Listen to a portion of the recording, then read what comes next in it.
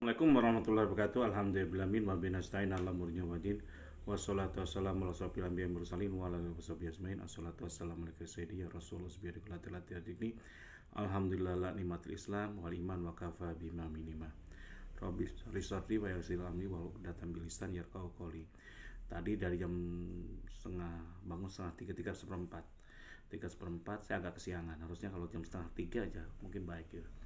Tapi nggak apa-apa, syukuri. Jadi tahajudnya agak lebih cepat tadi biasanya.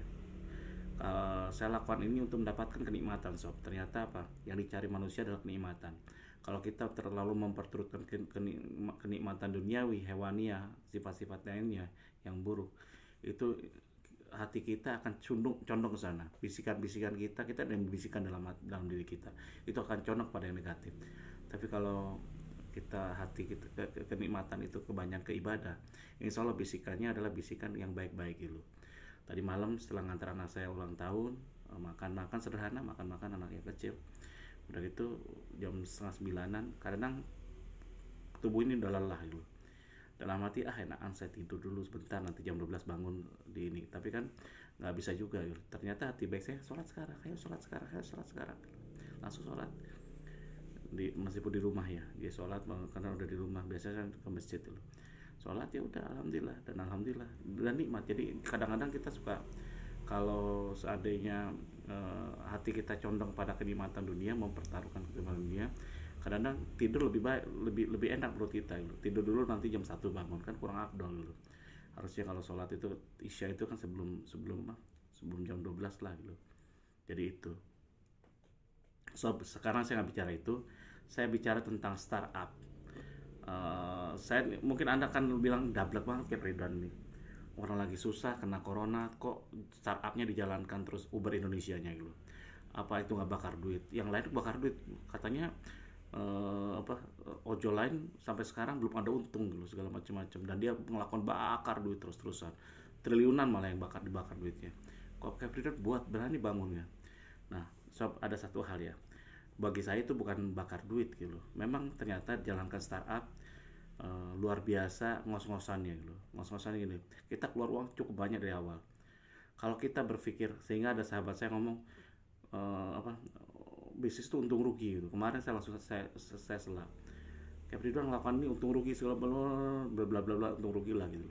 Soalnya saya berpikir hanya untung dan rugi. Tapi saya alhamdulillah setelah saya kenal mau bebasin riba, keluar dari riba segala macam-macam, itu sebelumnya saya iya, bisnis itu bagi saya adalah untung rugi loh.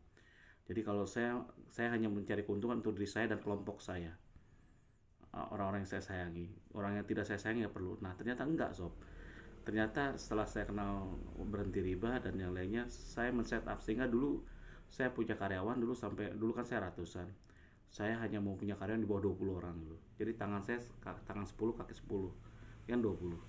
Jadi intinya saya pengen seperti itu aja dulu, dan itu bertahan beberapa tahun sampai 5 tahun kemarin itu. 3 tahun kemudian kemarin itu saya berubah pikirannya, ada istihad baru, ada pemikiran baru, bahwa pikir kalau kita bermanfaat bagi orang banyak, ngapain harus sedikit dulu. Seketika ketika saya ngomong kayak gitu, Allah buka jalan semua untuk menjadikan saya punya partner bisnis yang banyak. Saya anggap bukan karyawan, yang dibantu saya adalah partner gitu, partner tetap tidak tetap. Dan alhamdulillah sekarang ini hampir 10.000 lebih drivernya Uber itu partner, kan belum mitra foodnya, belum lain-lainnya, dia totalnya hampir puluhan ribu sekarang ini yang menjadi partner saya, kan luar biasa. Jadi kalau kita udah kebuka pikirannya, semua kebuka semua. Saya balik tadi, bisnis itu rugi enggak, sob. Bisnis itu bukan untung rugi, bisnis itu urusan neraka dan surga itu. Dan bisnis itu harus bermanfaat bagi banyak orang. Karena sebanyak-banyaknya kita ngumpulkan harta, saya punya pengalaman, punya sahabat yang hartanya triliunan, ternyata apa? Meninggalnya di usia kemarin 60-an ya. 60-an itu hanya di tempat di suster gitu. Ya seperti itu gitu.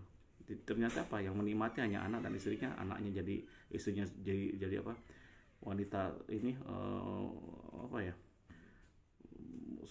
sosial inilah, sosial selebriti, anaknya luar biasa duniawian seperti itu. Ternyata dia meninggal di rumah sakit mewah, diurusin sama suster, meninggal. Jadi intinya ternyata tidak bawa apapun loh. Nasihat saya adalah apa, nikmati apapun yang bisa kita nikmati saat ini loh. Dan berbaiklah pada apapun yang kita bisa perbuat baik gitu. Jadi intinya apa? Jangan sampai kita ngejar harta sebanyak-banyaknya ternyata tidak bisa dinikmati loh. Apalagi kalau kenikmatan itu kenikmatan dunia dan akhirat kita bisa kejar. Jadi bukan hanya dunia tapi akhiratnya juga. Karena sahabat saya ini bukan muslim yang non muslim. Tapi saya belajar banyak. Oke. Jadi bisnis itu bagi saya adalah sekarang ini bukan urusan untung rugi. Kenapa? Kalau untung rugi luar biasa gitu. Dan saya selalu berpikir positif, bisnis jalankan aja dulu. Mau hasilnya gimana, gimana Allah gitu. Kalau saya nggak bisa terusin, mungkin Anda yang bisa terusin gitu. Makanya aneh kan saya buatin startup, orang kan cari funding.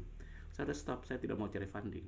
Saya hanya cari keridhaan Allah dan saya hanya berpartner dengan Allah. Jadi saya yakinkan bahwa bisnis saya nanti ke depan Uber Play segala macam-macam itu 2/3 untuk wakaf, buat dribble wakaf supaya bisa bermanfaat gitu. Jadi kalau urusan jadi urusan enggak itu bukan urusan saya. Jadi Anda apa? Saya lihat Anda, saya tenang gitu. Saya WA grup saya banyak ratusan karena saya foundernya SKDA. Mungkin saya tidak bisa jawab seterusnya, lewat sini aja saya berkomunikasinya. Kalau WA terus saya nggak habis waktu, ibadah nggak ada, semua hilang gitu, nggak ada kenikmatannya gitu. Sekarang saya udah bisa menemukan kenikmatan adalah seperti itu, bangun jam 2, jam setengah 3 pagi, jam 3 pagi maksimal sampai pagi tadi, sampai saya bisa duha, awal duha gitu. Jadi di masjid saya pulang paling terakhir gitu. Dan waktu belajar terus-terusan. Jadi saya setiap hari belajar, baca berapa ayat, ingetin artinya, ingin tafakur sama tadabur dengan ayat tersebut. Luar biasa saya pembelajaran. Saya tidak lagi belajar untuk sekarang ilmu biasa, saya ingin belajar langsung dari sumber ilmu. Apa itu Al-Quran langsung. Dan ternyata apa? Alhamdulillah banyak hal yang bisa saya dapatkan. Dan ternyata ketenangan itu luar biasa. Sob hari ini saya mau sidang di pengadilan. Saya takut enggak gitu. Karena bisnis bagi saya itu bukan untung rugi gitu. Kalau saya nggak atau menang kalah bukan gitu. Bagi saya nyari keridhaan Allah. Kalau menang ya syukur, nggak ya nggak apa-apa. Nah, kenapa itu? Saya punya keyakinan. Orang kan berpikir susahnya dulu terus ya. Kalau saya enggak, saya berpikir yang penting hasil akhirnya. Kalau hasil akhirnya itu dunia dan akhirat, luar biasa, selesai udah. Tidak mikir apapun. Tapi kalau hanya hasil di dunia toh nggak ada akhiratnya, percuma bagi saya gitu. Jadi saya doanya ya Allah sekiranya menang, berikan saya kebahagiaan dunia dan akhirat, hapuskan dosa riba saya, karena villa itu saya beli lewat riba. Ketika saya berbisnis lewat riba tuh intinya apa? Saya berbisnis dengan riba ya. Kalau hilang ya udah. Tapi kalau memang saya kalah ya Allah, maka gantikan 10 sampai 20 kali lipatnya. Mampu, Allah tuh mampu. Jadi pemilik langit dan bumi kenapa tidak mampu? Kita yakini aja bahwa kita mampu, Allah mampu. Insya Allah akan kasih jalan. Jadi semoga ini bisa menjadikan pembelajaran bagi kita semua, termasuk pada saya. Kalau ada salah saya banyak salahnya, kalau banyak kurang saya banyak kurangnya. Wabillahi taufiq wal hidayah. Wassalamualaikum warahmatullahi wabarakatuh.